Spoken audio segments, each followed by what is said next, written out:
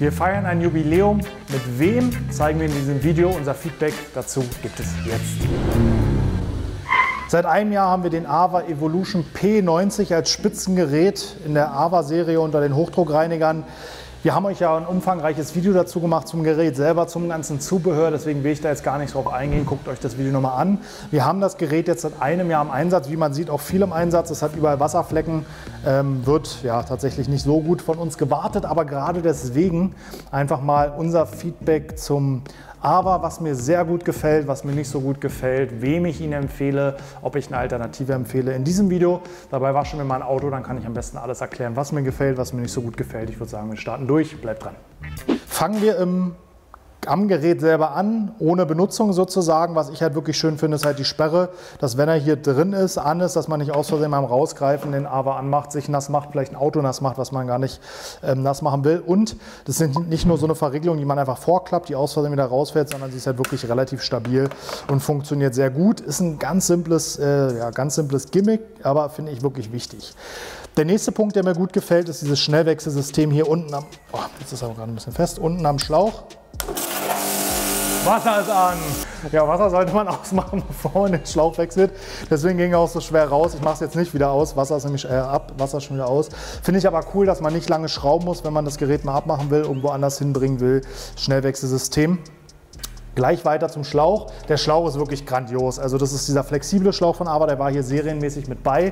Man kann dafür eine Verlängerung kaufen, den gibt es auch noch als 15 Meter, glaube ich. Ich glaube, der hat 12 oder 9 oder ist schon der lange. Egal, es gibt verschiedene Längen. Es gibt einen Standardschlauch und es gibt diesen flexiblen Schlauch. Auf jeden Fall den flexiblen Schlauch wählen, weil erstens der Standardschlauch wirklich blöd ist. Ich sage es jetzt mal einfach so. Der verdreht sich die ganze Zeit. Man zieht ihn, wenn man ihn ums Auto zieht, bildet der Schlaufen und knallt gegen das Auto. Das macht er überhaupt nicht. Der verdreht sich gar nicht und selbst jetzt unter Druck kann man den einfach entdrehen. Das hat man ja auch oft so, dass wenn Hochdruckschlauch unter Druck steht, weil der Hochdruckreiniger an ist und Wasserzulauf an ist, dass er sich dann nicht mehr entheddern lässt beim Aufrollen zum Beispiel. Das geht hier wunderbar.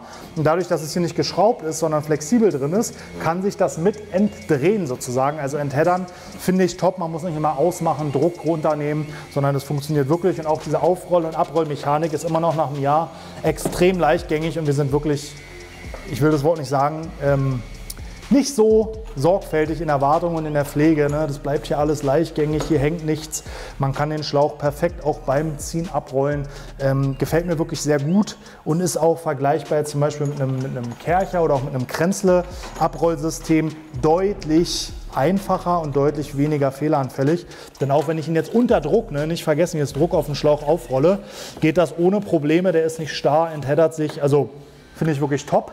Das wäre es zur Vorbereitung. Jetzt zeige ich euch am Auto an den einzelnen Waschschritten, welches Zubehör ich nutze, was mir daran besonders gut gefällt und vielleicht auch, was mir nicht so gut gefällt.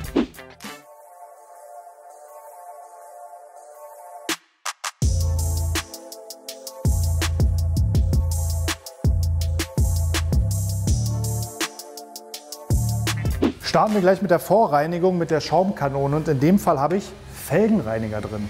Besonderheit an der Schaumkanone ist ein Nachteil und der gleichzeitig auch zu einem Vorteil führt. Wir nutzen ja sonst die verstellbare Schaumkanone, die kennt ihr ja von uns, die lässt sich stufenweise verstellen und ich kenne genau die Verdünnung. Das habe ich hier nicht. Ich habe hier nur so eine Skala mit einem Männchen, was ziemlich erschrocken guckt und einem Männchen, was lächelt, woran ich meine Dosierung einstellen kann. Aber das ist natürlich lange nicht so genau.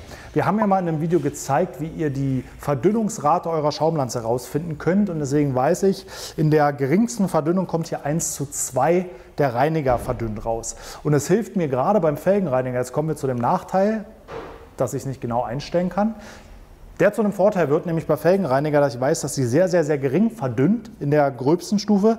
1:2 kann bei einem guten Felgenreiniger wie dem Sonax Redmax vollkommen ausreichen, ihn aufzusprühen und er hat trotzdem noch eine sehr, sehr gute Reinigungsleistung. Und das Schöne ist, durch den Schaum komme ich überall ran und es geht wahnsinnig schnell. Damit starten wir jetzt, das finde ich, wie gesagt, ein großer Vorteil, Nachteil, Vorteil, ne? Hat immer zwei Seiten die Medaille. Ich sprühe mal die Felgen ein und dann geht's los.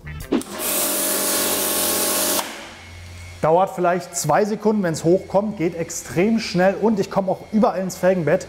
Also die Zeit, die ich mir spare, ist vielleicht die manuelle Nachreinigung, die es erfordert, den Reiniger nicht pur zu verwenden, wiegt das auf. Wenn ich wirklich richtig verrotzte Felgen habe, muss ich halt überlegen, ob ich die mal pur aufsprühe oder einen säurehaltigen Reiniger oder was es da noch so gibt.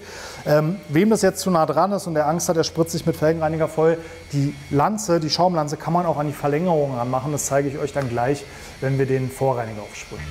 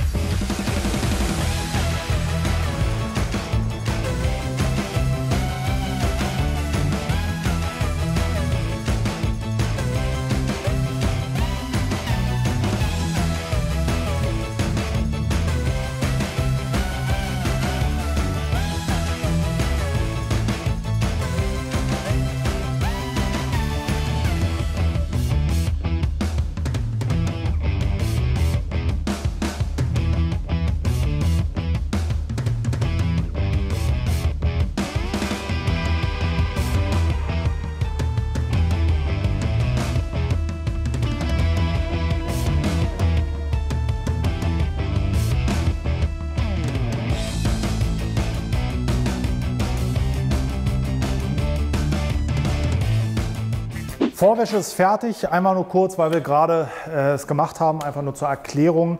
Wir machen die Motorwäsche, also wir haben den ganzen Wagen erstmal abgespült, machen dann die Motorwäsche, einfach, dass wenn der Reiniger und der Dreck auf den Lack kommt, dass sie nicht auf dem trockenen Lack antrocknen und der Motor sich zwischenzeitlich auch ein bisschen runterkühlen konnte. Das ist jetzt fertig, ich habe das Auto nochmal abgespült, dass die ganzen losen Partikel und der intensive Reiniger für den Motor runterkommen. Jetzt geht es an die Handwäsche und Felgenreinigung. Danach kommt das Abspülen wieder mit der langen Düse, einfach weil der Komfort größer ist und mit der breiten Spülfunktion, weil sehr viel Wasser drauf kommt, ein sehr breiter Strahl produziert wird sozusagen und einfach der Schaum effektiv abgespült wird. Wie immer achten wir darauf, die Felgen und Bremsbacken, also die Bremsscheiben und Bremsbacken intensiv zu spülen, dass der Reiniger rauskommt. Und dann sind wir auch schon fertig mit der Wäsche und dann geht es ans Abtrocknen. Wer unser Zubehörvideo zum AVA aufmerksam geguckt hat, hat gesehen, dass es da auch eine Lanze mit Teleskopaufsatz und Waschmopp dran gibt. Haben wir auch ausprobiert, funktioniert schon irgendwie, ist auch relativ schonend. Also es landet nicht viel Dreck in dem Waschmedium, weil das dauerhaft durchgespült wird, aber es ist mir einfach zu unhandlich. Könnte man benutzen, aber im Alltag, wie gesagt, es geht ja um meine Erfahrung aus der Zeit, nutze ich jetzt nicht so wirklich.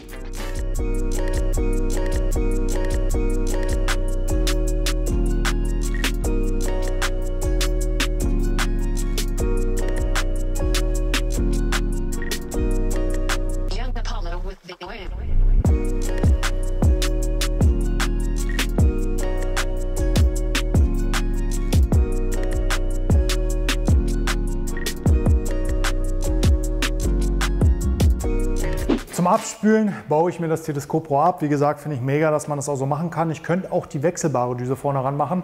Ich bin aber gerade zu faul, die vom Teleskop Pro anzumachen. Deswegen habe ich einfach eine einzelstarre Düse genommen. Die hat einen breiten Winkel. Den gibt es, wie gesagt, auch bei der Multidüse.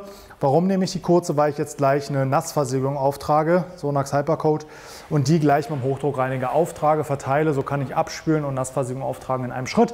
Macht sich besser mit der kurzen, als wenn ich hier irgendwie so rumhantieren muss. Deswegen einfach sprühen, in den Strahl sprühen, ein bisschen verteilen. Aber was rede ich eigentlich? Guckt es euch einfach an.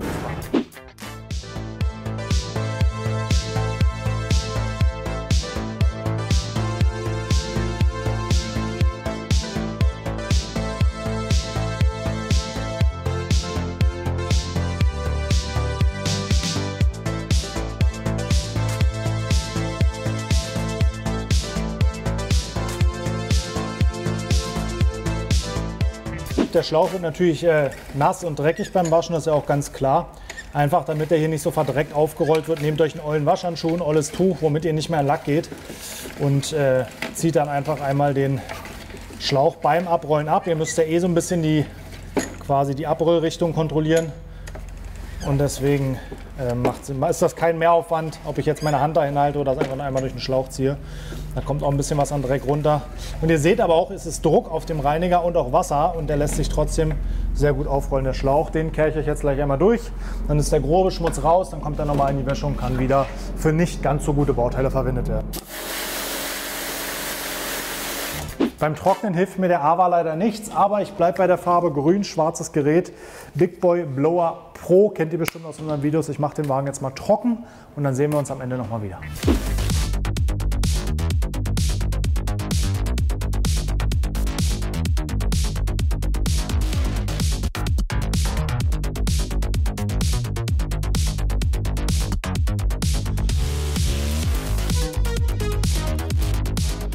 Ich habe dir jetzt erzählt, was mir an dem AVA Hochdruckreiniger sehr gut gefällt, was mir weniger gut gefällt, welche Funktionen ich nutze und welche auch nicht.